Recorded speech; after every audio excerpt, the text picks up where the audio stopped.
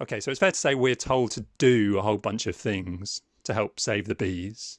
But actually, there's a whole bunch of things you can not do that'll also help save the bees. So we thought we'd create our top 3 list of do nothing things that will help your local bee population.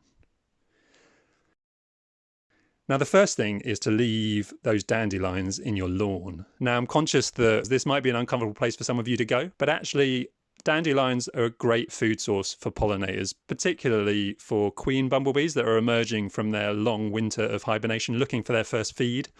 That dandelion can fuel up a queen bumblebee and then she can find a nesting spot and start a colony. So actually, if that dandelion feeds a queen bumblebee, it's having a massive impact on your local bee population. The second thing that you can do is to not mow a corner of your garden, to leave a kind of wild patch for bees, but also for other wildlife.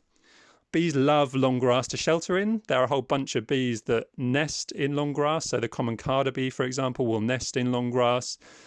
And actually, within no time at all, that wild patch will become a real haven for wildlife. The third tip is to leave those chemicals in the cupboard or potentially at the store if you haven't bought them yet.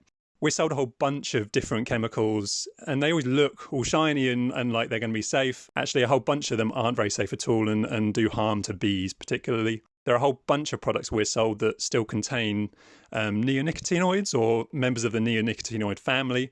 And there's a whole load of research showing that that is not good for bees whatsoever. And increasingly glyphosate as well. It's in a lot of herbicides that will claim to transform your garden, but actually they'll also be damaging bees at the same time. So they've been shown to damage bee microbiomes, like the stomach of bees. It's been shown in honeybees, but actually if it's damaging honeybees, there's a good chance it'll also be damaging other bees as well. Leave those chemicals on the shelf.